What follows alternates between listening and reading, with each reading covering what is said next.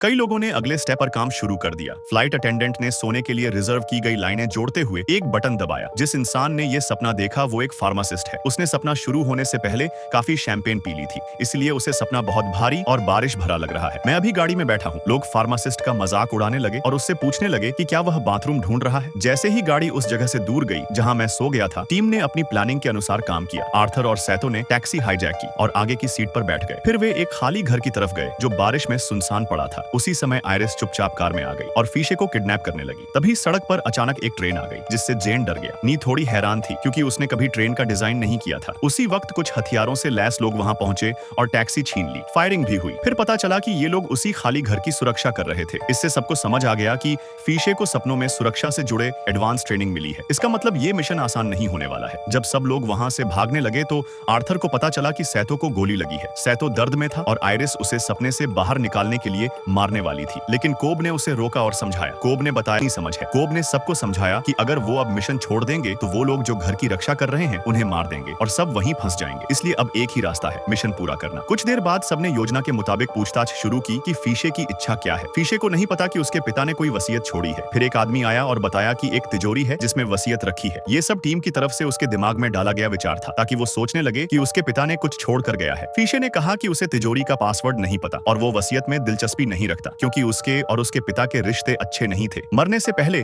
उसके पिता ने सिर्फ निराशा शब्द कहा था, जिससे फीशे को लगा कि उसके पिता उससे प्यार नहीं करते थे। सैतो की हालत अब बहुत खराब हो रही है और वह कभी भी मर सकता है। कोब ने समझाया कि लॉस्ट जोन में क्या होता है, लेकिन सैतो डरा नहीं और कहा कि जब तक मिशन पूरा नहीं होता वो पीछे नहीं हटेगा। इससे डिपार्टमेंट के लोग भी नाराज हो गए और कहने लगे कि सैतो को निकाल देना चाहिए। जेनी ने इस समय कोब और मेल के रिश्ते को लेकर सवाल उठाया। अभी जो समस्याएं सामने आ रही हैं वो कार डिपार्टमेंट के अवचेतन से आ रही हैं। अगले सपने की सुरक्षा के लिए कोब को अपने अंदर की सच्चाई बतानी पड़ी। पहले कोब और मेल दोनों अपने ससुर के छात्र थे और दोनों को सपनों की दुनिया बनाना पसंद था। एक बार वे दोनों लॉस्ट जोन में गए और अपनी एक अलग दुनिया बनाई। समय बीता गया और वहां कई साल निकल गए। मेल धीरे धीरे भ्रम में आ गई और उसे वो दुनिया ही असली लगने लगी। उसे ये तक याद नहीं रहा कि